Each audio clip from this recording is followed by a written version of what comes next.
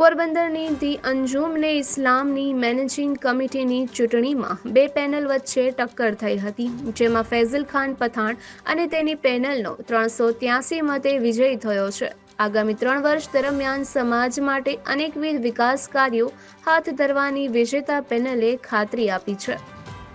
પોરબંદર મુસ્લિમ સમાજની સર્વોચ્ચ સંસ્થા અંજુમને ઇસ્લામની ચૂંટણી લોકશાહી ઢબે યોજવા બાબતે ગાંધીનગર ખાતે ગુજરાત રાજ્ય વકફ બોર્ડના ચેરમેનને રજૂઆત કરવામાં આવી હતી, જેના પગલે વકફ બોર્ડ દ્વારા ચૂંટણી યોજવા આદેશ આપવામાં આવ્યો હતો, જેથી આજે તારીખ 23ના રોજ ચુસ્ત પોલીસ બંદોબસ્ત વચ્ચે મતદાન યોજાયું હતું।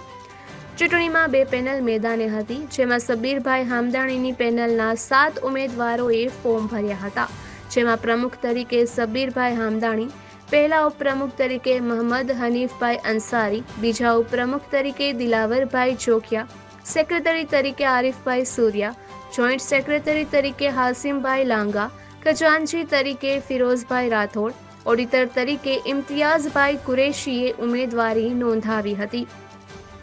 જ્યારે સામા પક્ષે ફૈઝલ ખાન પઠાણની પેનલના 7 ઉમેદવારોએ ફોર્મ ભર્યા હતા, જેમાં પ્રમુખ તરીકે ફૈઝલ ખાન પઠાણ, પહેલા ઉપપ્રમુખ તરીકે અકબરભાઈ સેલોટ, બીજા ઉપપ્રમુખ તરીકે અલ્તાફ હુસૈન તિરમિજી, સેક્રેટરી તરીકે અશરફભાઈ અફીણી, જોઈન્ટ સેક્રેટરી તરીકે હારૂનભાઈ સાટી, ખજાનચી તરીકે દાઉદભાઈ શેઠા, ઓડિટર તરીકે યાકુબભાઈ મુલ્લાએ ઉમેદવારી નોંધાવી હતી।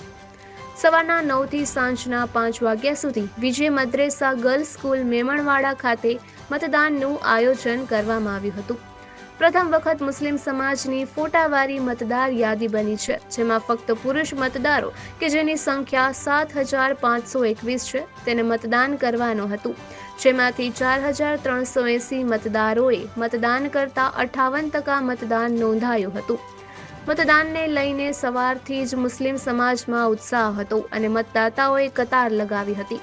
મતદાન પૂર્ણ થયા બાદ સાંજે જ મતગણતરી હાથ ધરવામાં આવી હતી, જેમાં ફૈઝલ ખાન પઠાણની પેનલને 2346 મત અને તેના પ્રતિસ્પર્ધી શબ્બીરને પેનલને 1963 મત મળતા ફૈઝલ ખાનની 383 મતે જીત થઈ હતી, જ્યારે 71 મત રદ થયા હતા। જીત થયા બાદ ફૈઝલ ખાને જણાવ્યું હતું કે આ જીત તમામ સુન્ની મુસ્લિમની જીત છે અને 2-3 દિવસમાં જ કબ્રસ્તાન અને ઈદગાહની નવીનીકરણની કામગીરી શરૂ કરવામાં આવશે, તેમજ અંજુમની ઓફિસનું પણ રિનોવેશન કરવામાં આવશે। એ સિવાય પણ આગામી 3 વર્ષ દરમિયાન અનેકવિધ વિકાસ કાર્યો હાથ ધરવામાં આવશે।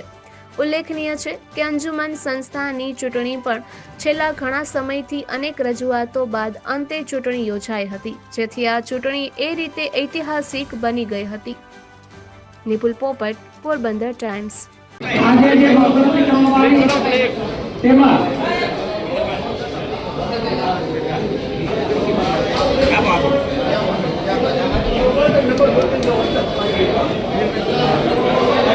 આમાં આપણે ધ્યાન આપવું, આજે મતગણતરી કરવામાં આવી એમાં ક્રમ નંબર 1ના ઉમેદવાર ફૈઝલ ખાન બશીર ખાન પઠાણ, એમનું નિશાન કલમ, તેઓને 2346 મત મળે છે। ક્રમ નંબર 2ના ઉમેદવાર મોહમ્મદ સફીર અબ્દુલ સત્તાર હમદાણી, તેમનું નિશાન કિતાબ છે, તેમને 1963 મત મળે છે અને કુલ મતો 71 રદ થાય છે।